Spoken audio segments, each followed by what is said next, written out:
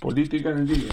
Hoy día hablaremos de la victoria de González en Venezuela y la política venezolana. Evidentemente, aquí nos vamos a detener un poco porque tenemos que explicar lo que muy pocas veces se explica. ¿Qué es lo que realmente pasa en Venezuela? Bueno, Venezuela está viviendo un proceso muy complejo de hace muchos años, pero esto parte con una crisis política de finales de los 80. Venezuela era una democracia bastante estable, uno de los países más desarrollados de Latinoamérica, fundador de la OPEP, con riquezas petroleras tremendas. En los 50 y los 60 era el primero en vanguardia latinoamericana de desarrollo, junto a Argentina, y ahora era uno de los que se pensaba que iban a pasar al primer mundo. Pero ¿qué es lo que ocurrió? Empieza la corrupción política. COPEI, que es equivalente a la democracia cristiana, y ADECO, socialdemócrata, eran los partidos más grandes. También existía otros partidos. Y esto se mantuvo por mucho tiempo. Tuvieron en los años 60 una dictadura prolongada, hasta que se volvió la democracia, y en mediados de los 70, cuando esta democracia vuelve, llega el acuerdo de punto fijo, que es el acuerdo entre COPEI y ADECO y otras fuerzas políticas de mantener una estabilidad democrática y darle estabilidad al país después de este golpe de Estado que tuvieron. Ustedes lo pueden encontrar incluso por YouTube. Acuerdo de punto fijo, y ahí les van a contar la misma historia. Con eso permitía que se respetara el resultado al partido que ganara, y los otros partidos lo apoyaban. Incluso entre ADECO, COPEI y este tercer partido colocaron ministros a favor del gobierno que empezaba. Y así se mantuvo por mucho tiempo. Y eso permitió que durante la década mediados de la década de 70 y los 80 se mantuviera una cierta estabilidad en Venezuela, producto de esta dictadura que había antes. Vino el boom del petróleo, la riqueza petrolera y todo lo que conlleva al desarrollo de unos países, pero la élite se fue enquistando y se fue olvidando de los intereses de la gente. Los partidos se fueron burocratizando, corrompiendo, generando dificultades. Por esto del acuerdo de punto fijo entre COPEI y ADECO, se repartía en el gobierno, había estabilidad, pero ya la corrupción empezaba a ganar terreno, y esto reventó con el Caracazo en el año 88-89, donde hubo protestas masivas de los venezolanos por el alza del petróleo, la benzina, y eso ocasionó días de protesta muy parecidas a nuestro estallido social. Por eso que se comparó uno con otro en forma permanente, el cual terminó con revuelta. Esta situación siguió, se calmó, se llegaron a ciertos acuerdos políticos, pero ya había un desgaste del sistema democrático. Y esto se amplificó en los 90, en los gobiernos sucesores, hasta que un coronel de ejército, Hugo Chávez Frías, se le ocurre hacerle un alzamiento militar al gobierno de Cuba. Eso le significa ser detenido, una especie de conato o golpe de Estado, termina detenido y preso.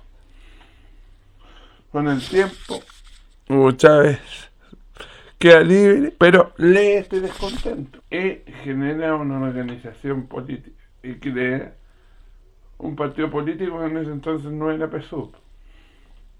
Y obviamente, con este descontento del élite COPEI, ADECO, los acuerdos de punto fijo y todo esto, se empieza a desgastar. Hay más corrupción política en Venezuela, mayor inseguridades, inestabilidades políticas. Y Hugo Chávez se presenta como candidato presidencial. Y ante ese descontento logra dar la sorpresa y logra ganar democráticamente la elección porque planteaba unas ideas de cambio. Obviamente tiene un Congreso en contra, le es difícil llevar esas ideas de cambio porque tiene que enfrentar a esta élite política tradicional que ya venía de los pactos de punto fijo y no había muchos cambios y estaba corrompida. Hasta este punto Hugo Chávez se presenta como la solución a un problema, pero como no tenía mayoría parlamentaria no fue capaz de solucionar esos problemas y lo que genera es el intento de una elección parlamentaria. En esa elección parlamentaria no obtiene la mayoría, por lo tanto no podía hacer los cambios. Entonces trata de establecer unas ideas para generar una nueva constitución. Teniendo un apoyo fuerte a su persona, logra este cambio constitucional. Y ahí empiezan los problemas, porque logrando este cambio constitucional, ya todavía democrático, quizá con una retórica social muy agresiva, pero logra instalar un Congreso con su mayoría y genera un cambio constitucional en Venezuela. Y empieza a generar cambios. Estatizaciones, expropiaciones, y empieza a atacar a la élite política, muy parecida a la Unidad Popular chilena. Y empieza a tener detractores, por eso mismo. Hasta eso puede ser un proceso muy parecido al de la Unidad Popular. Pero en una elección, la oposición presenta candidatura parlamentaria. Y en víspera de esa elección, hay todavía una mayoría parlamentaria que le pertenece al gobierno, la cual aumenta en esa elección. Por lo tanto, al borde de la mayoría absoluta, Hugo Chávez logra de alguna manera seguir gobernando, pero tiene una resistencia opositora. Y ahí ya empieza a cambiar la situación, porque él no tiene piedad con ninguna oposición, pero con la oposición tenía una minoría que podía hacer cosas y tenía un margen de maniobra, pero él se molesta porque muchos de las leyes importantes requerían el apoyo de la oposición y no se la daba y no había una negociación al respecto. Por lo tanto, Hugo Chávez, ocupando ya su nueva constitución con plenitud, lo que hace es cerrar el Congreso. Cierra el Congreso y de alguna manera, además nuevamente elecciones, que le da la facultad de hacer elecciones y eso permite en la campaña que su partido, el PSUV, Partido Socialista Unido de Venezuela, logre la mayoría, pero sin una oposición participante, porque ya los empiezan a perseguir y a coartar las libertades.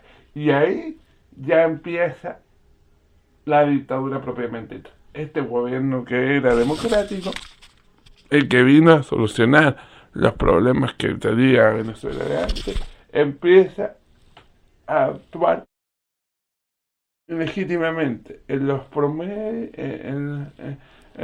pormenores del primer y el segundo gobierno, elegido entre comillas democráticamente. Y ahí, sin duda, te empiezan a perseguir a opositores, cerrar partidos políticos, estatizar la banca, nacionalizar la televisión, se cierran canales de televisión. Hay un canal de televisión que hacía todas las teleseries venezolanas, ese se estatiza la radio, y se empieza a perseguir a todo aquel que es opositor. Y ahí Hugo Chávez pasa la línea. Pasa de ser un gobierno absolutamente democrático a pasar a ser una dictadura. Porque fue elegido democráticamente, pero de a poco fue persiguiendo opositores, ya que no podía tener la mayoría y no podía hacer lo que él quería, empieza a perseguir a opositores al estatizar la banca y al quitarle la propiedad, tratar de hacer reformas agrarias a la fuerza, empiezan a generarse los colectivos, se enfrenta con Fedecámara, que es una institución que es muy parecida o es lo mismo que SOFOFA o Sociedad de Fomento Fabril acá en Chile y los otros gremios empresariales. Por lo tanto, empiezan a tener roces, a estatizar empresas, se estatizan canales de televisión, se trata de establecer un monopolio ideológico y empiezan a aparecer los opositores que advierten esta manera autoritaria y empieza a perseguir a COPEI, la democracia cristiana en Venezuela, empieza a perseguir a ADECO, que son los socialdemócratas, y a todos los partidos tradicionales. Algunos desaparecen, otros se repliegan y empiezan a exiliar opositores. Presidentes son tratados de la peor manera, empieza a manipular la historia. Por los cambios constitucionales logran cambiar el país a este nombre, República Bolivariana de Venezuela, porque se coloca el nacionalismo y a Simón Bolívar como ejemplo, etc. Y se empieza a establecer un régimen, como por ejemplo hizo acá Pinochet con Portales. Y así sucesivamente empieza esta represión, coartar las libertades, persecuciones políticas, y empieza la migración venezolana a los distintos países, y empieza la preocupación de las democracias latinoamericanas. En paralelo a esto, Hugo Chávez logra tener un precio del petróleo alto, lo cual le permite formar amistades y bloques con ciertos líderes latinoamericanos que no estaban de acuerdo con Estados Unidos y quieren establecer un polo alternativo a la influencia de Estados Unidos. Venezuela, Ecuador, Argentina, etc. Y ahí empieza un polo populista en Latinoamérica y dictatorial y poco democrático. Inclusive Lula, que es el más democrático dentro de ese polo, pero que también pertenece. Ahí se crea el tan vilipendiado para algunos el Grupo de Puebla, donde está López Obrador en México y su estilo de hacer política. El proyecto bolivariano empieza a exportar a un proyecto como el de Bolivia y Evo Morales, Kirchner en Argentina, etc., que nada más ni nada menos que la adaptación de ese populismo. Y ahí empieza a ganar sintonía. Mientras que en Venezuela empieza el hambre, empiezan las tarjetas de racionamiento, empiezan las dificultades políticas, la persecución y la inmigración, que ha afectado a todos nuestros países a lo largo de este tiempo.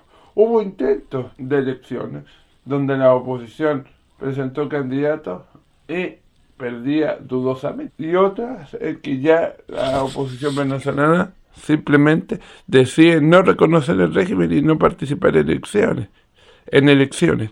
Y eso hizo que se fuera perpetuando el conflicto. Muchos de los partidos tradicionales terminaron en el exilio. COPEI y parte de su directiva está acá en Chile, en otros países. ADECO también, policías, militares, en fin. Un exilio bastante prolongado. Y hubo intentos. Enrique Capriles, que trató de reorganizar la oposición. Juan Guaidó, con mecanismos poco ortodoxos, ayuda a la oposición. Todos recuerdan la ayuda humanitaria en Cúcuta, en la cual participó Piñera y otros presidentes, que tenía buenas intenciones, pero terminó de muy malas maneras y no llevó el éxito esperado. Intentos de parte de la oposición de generar golpes de Estado, estilo de intento de derrocar a la dictadura cubana, como trataron de hacer los disidentes cubanos en Estados Unidos, pero que no resultaron. Y así han ido pasando los años. Y evidentemente ya la dictadura venezolana se ha afianzado, tiene colectivos, hace expropiaciones naturales, tiene grupos de choque, siguen con la persecución política, se los acusa de tortura. Y empezó hace por lo menos 10 años ya el deterioro de las relaciones diplomáticas con muchos países, en que ya abiertamente empiezan a reconocer que Venezuela es una dictadura, entonces se echa a su embajador o se generan conflictos. Los últimos, lo que hemos visto con Chile antes de estas elecciones. Se han hecho elecciones y eso demuestra que las dictaduras no necesariamente significa el exceso de elecciones, o sea, la falta de elecciones, sino que se pueden hacer elecciones, pero si estas elecciones no tienen a una oposición organizada, participante, con todas las garantías, libertades de reunión, libertad de tránsito, libertad de expresión, prácticamente no se está en un sistema democrático, que es lo que está ocurriendo en Venezuela. Y todas, primero sí la participación de la oposición, uno, y las otras ya los intentos de Capriles, igual dos, con la participación de la oposición, pero sin todas las garantías. Chávez se mantuvo en el poder, murió en el poder y dejó instalado a Maduro. Hasta llegar a estos últimos años, donde Maduro tiene un mayor aislamiento, ya no tiene tanto apoyo en el vecindario, se empieza a acabar un poco el dinero de la buena época y Venezuela empieza a sentir necesidades, falta de alimentos, la escasez, la falta de trabajo, los efectos de la inmigración, los efectos del aislamiento y obviamente esto empezó a generar descontento en la población, en un pequeño grado al principio, pero que ha ido aumentando. Y evidentemente esto lleva a una reagrupación de la oposición y algo que no habían podido hacer Copey y Adeco de los nuevos partidos y líderes que surgen. Generaron una unión para enfrentarla. Lo lograron hacer en ciertas elecciones de gobernadores y parlamentarios. Lograron ganar el parlamento.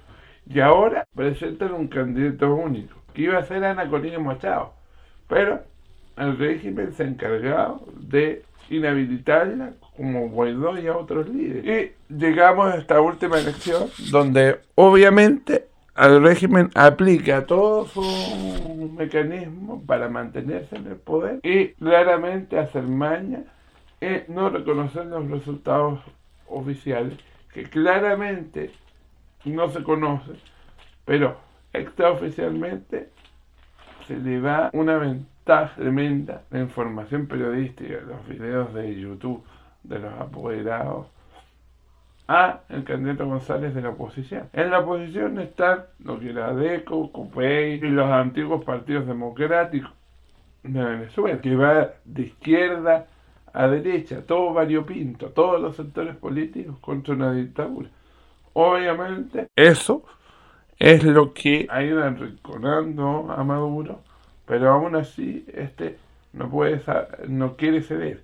Y ahora, obviamente, Maduro se autoproclama ganador y no quiere reconocer su derrota. Y ya Estados Unidos habla de la negociación con el régimen, etc. Pero eso ha sido, a grandes rasgos, toda esta peripia por años de chavismo de Venezuela, donde la persecución ideológica, los intentos fallidos, las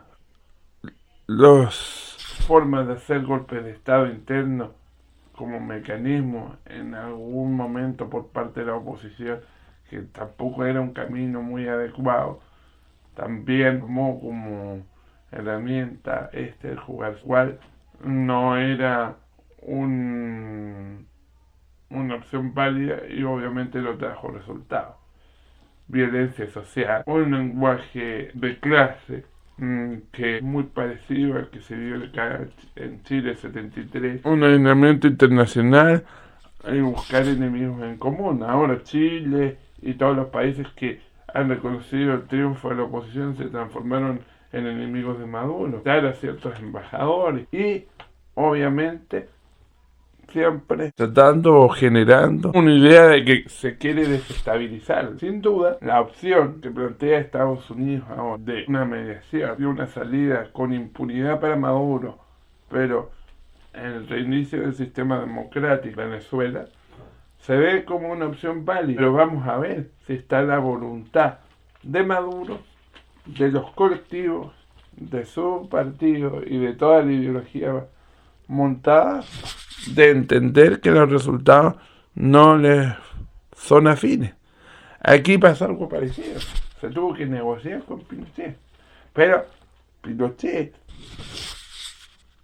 el 5 de octubre del 88, tampoco quería entregar el poder. Quería que le firmen un poder que le daba poderes absolutos, del cual Fernando Matei y otros se negaron. Por lo tanto, también se trató de hacer una postura parecida del dictador chileno de entonces, lo cual no cuajó, gracias al sentido común de Fernando Matei y de otros miembros de la Junta. Aquí ese sentido común claramente no está, y se quieren aferrar al poder y no reconocer el triunfo de González ni de la oposición a toda costa. Seguramente esto va a terminar en una negociación, pero la tarea que tiene Venezuela es titánica. ¿Por qué? Se debe reconvertir y reinsertar en la comunidad internacional a un país que queda absolutamente fuera. La cláusula democrática los deja fuera de préstamos, de ayudas económicas, acciones por derechos humanos, y eso también ha mermado la economía venezolana y eso afecta directamente a la ciudadanía, lo cual los líderes del régimen al parecer no quieren darse cuenta y no capaces de entender.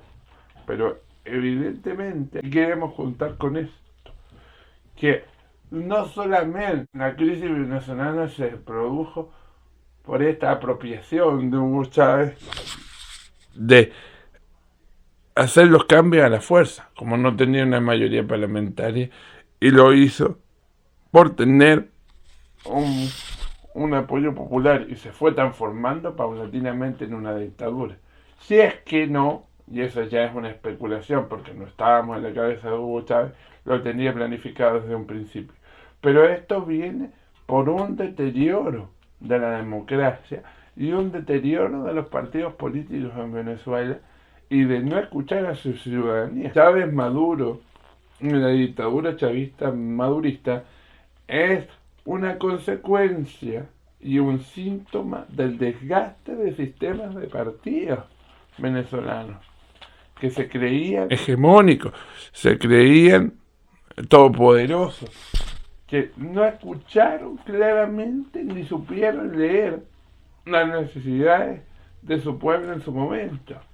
Fueron arrogantes, por izquierda, por derecha, por centro, qué sé yo. El pacto de punto fijo, que fue el que dio una estabilidad democrática, se convirtió nada más ni nada menos que en un mecanismo para repartirse el poder y los cargos. Trajo estabilidad, pero también trajo la corrupción y trajo el doble discurso, tapado por años por el precio del barril de petróleo y el bienestar de la economía. Pero cuando ese bienestar empezó a caer, empezaron los problemas y empezó la crisis política con el Caracazo y todos los problemas que ya hablamos.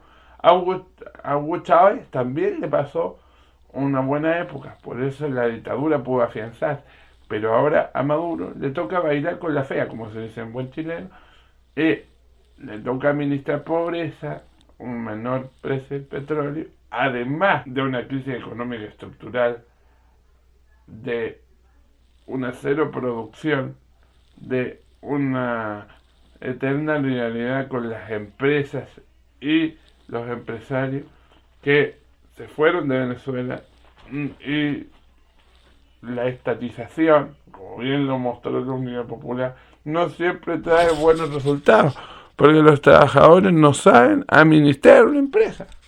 Entonces todo eso ha generado que en Venezuela haya un tremendo, son de pobreza y necesidades, las cuales quieren ser suplidas con el intento de una migración, como ya se ha hecho a Argentina, a Colombia, a Perú y a Chile. Y ahora, si no se reconoce a González, todos los analistas dicen y establecen que esto va a traer una mayor migración.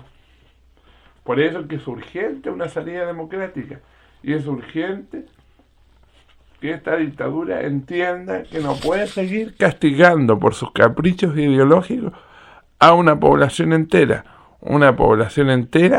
que merece respeto y que evidentemente requiere una proyección y un deseo, se mejore su calidad de vida y se piense en un futuro democrático, coherente para el país, pero a eso tienen que aportar todos los sectores. Y esto tiene que ser una negociación donde asuma González con un gobierno de transición y donde después los partidos democráticos puedan establecer alianzas o quedar como antes, COPEI, ADECO y los otros partidos tradicionales, inclusive entendiendo que seguramente el PSUV y el chavismo va a quedar como un elemento político el cual va a tener que seguir participando, pero que sin duda va a tener que tener ribetes democráticos y va a tener que dar un pie de garantía en que si es que gana nuevamente no va a cerrar el sistema y va a tener que abrirse a la alternancia en el poder y a respetar las reglas del juego, que es uno de los problemas que debe enfrentarse, porque tanto si la oposición gana, va a tener al PSUV como oposición y ellos van a tener que respetar las reglas del juego, darle libertad como opositora y el PSUV como oposición no va a querer tumbar un gobierno como lo trató de hacer el Frente Amplio de Chile. Evidentemente se deben respetar los principios democráticos. Y esa es la tarea difícil que tiene Venezuela, porque como no hay confianza, como la estructura fue instalada por el chavismo, no solamente acá se requiere reconocer la victoria de González y la oposición, sino que hay que hacer lo que no se pudo hacer en Chile, hacer un cambio de gobierno y cambiar la estructura del Estado, cambiar la constitución, las normas, para que sean democráticas y aceptadas por todas, por todos, porque obviamente cambia el gobierno, como fue en Chile, y con las instituciones chavistas, esas se van a tener que ir cambiando de a poco, y lógicamente pueden darse el problema que tuvimos, que acá un gobierno democrático con las instituciones de Pinochet que tuvo que irlas desmantelando por inercia o porque se cayeron solas, pero no por un esfuerzo o acuerdo político, porque no había mayorías para hacerlo. Y ese es el problema en que se enfrenta Venezuela. ¿Cómo ocurrirá este cambio? ¿Tendrán las mayorías absolutas para generar este cambio? ¿Cómo va a enfrentar la resistencia de los chavistas? ¿Va a haber impunidad como lo hubo con Pinochet acá en Chile? ¿O se va a castigar a algunos y a otros no? ¿O se va a llegar a una determinada negociación de los derechos humanos que los pocos que lo han defendido y que han sido consecuentes y que no han defendido cuando los ha violado los gobiernos de dictaduras de derecha y las dictaduras de izquierda, establecen que ese va a ser el camino más difícil, porque se debe reestructurar las confianzas, las libertades ideológicas, inclusive hechas como en el caso del militar fallecido en Chile, hechas al igual que la dictadura chilena en territorio extranjero. A ese nivel de tentáculo llega a faltar a los derechos humanos la dictadura chavista madurista, y ese va a ser también una de las heridas reconciliatorias que el chavismo, madurismo y el resto de la población venezolana tendrá que ir viendo a futuro. Es de esperar que se reconozca el triunfo de González, porque mientras más tarde sea ese reconocimiento, más duro y más difícil va a ser el problema, porque esto puede terminar de una manera bastante agresiva, con los cascos azules interviniendo en Venezuela, la ONU, e inclusive mecanismos que no queremos en nadie en la comunidad internacional, una intervención unilateral de Estados Unidos o de alguna otra potencia para sacar a Maduro, el legítimo ganador de la elección, cosa que no reconoce el chavismo madurismo. Otro punto que hay que tomar en cuenta es que obviamente, como lo hemos dicho, como hay un copamiento de todo el sistema político, es obvio y es lógico que el sistema electoral venezolano no da ninguna garantía. Y como fue comprobado, fueron maquillados los resultados, y ese ha sido el problema, porque la oposición no ha ido a competir en todas las elecciones, porque nunca ha tenido todas las garantías políticas al respecto. Esta es la elección con más garantías, y aún así el gobierno se las arregló para cometer el fraude electoral. Bueno, eso ha sido a grandes rasgos, muy a grandes rasgos. Muchos venezolanos que escuchen este video pueden hacerme comentarios y quizá al escucharlo abajo poder colocar datos que quizá me haya olvidado, pero evidentemente esto es a grandes rasgos por qué se originó la crisis de Venezuela y por qué llegamos a este punto. Esperamos que sirva para desmitificar un poco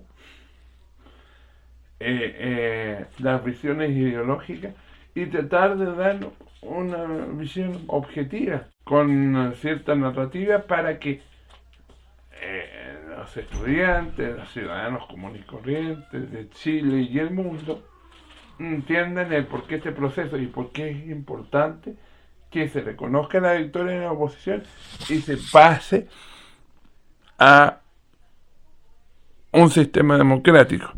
Obviamente, el Bloc Centrista Austral y Nelson Leiva, centrista político, manifestamos nuestra solidaridad con el pueblo venezolano. Les agradecemos la paciencia que han tenido con los chilenos que los han discriminado y agradecemos el aporte que han hecho para nuestro país, y lo cual nos deja en una encrucijada a nosotros también, porque como bien dice acá Guaraquena Gutiérrez, la ida en la hipotética vuelta a la democracia venezolana va a ser paulatina, no puede ser de un día para otro, porque hay muchos venezolanos que ya son un aporte económico, social, político, intelectual en Chile, y que obviamente se han asentado. Hay otros que desgraciadamente les ha costado más, producto de la forma de migración que tienen que hacer, que ha sido bastante inestable y que ha sido muy difícil de sistematizar para un país que no está acostumbrado a este nivel de migración y cuyo racismo empezó a aflorar y que siempre ha existido, pero que nos permitió visualizarlo, y para algunos que nunca lo han visto, lo vieron por primera vez. Esperamos que la estadía de estos venezolanos sea lo mejor posible, y creemos que la solución política de su país puede estar cerca de producirse si es que Maduro no toma el camino que al parecer decidió tomar, con más restricciones, con más abusos, con persecuciones políticas, con visitas en las casas, al más puro estilo CNI, que lo único que quieren hacer es alargar la agonía y sufrimiento de un país. Gracias por escuchar este análisis. Espero que haya servido de utilidad. Esto fue Política al Día y les recuerdo que me pueden seguir leyendo por el blog Cientista Austral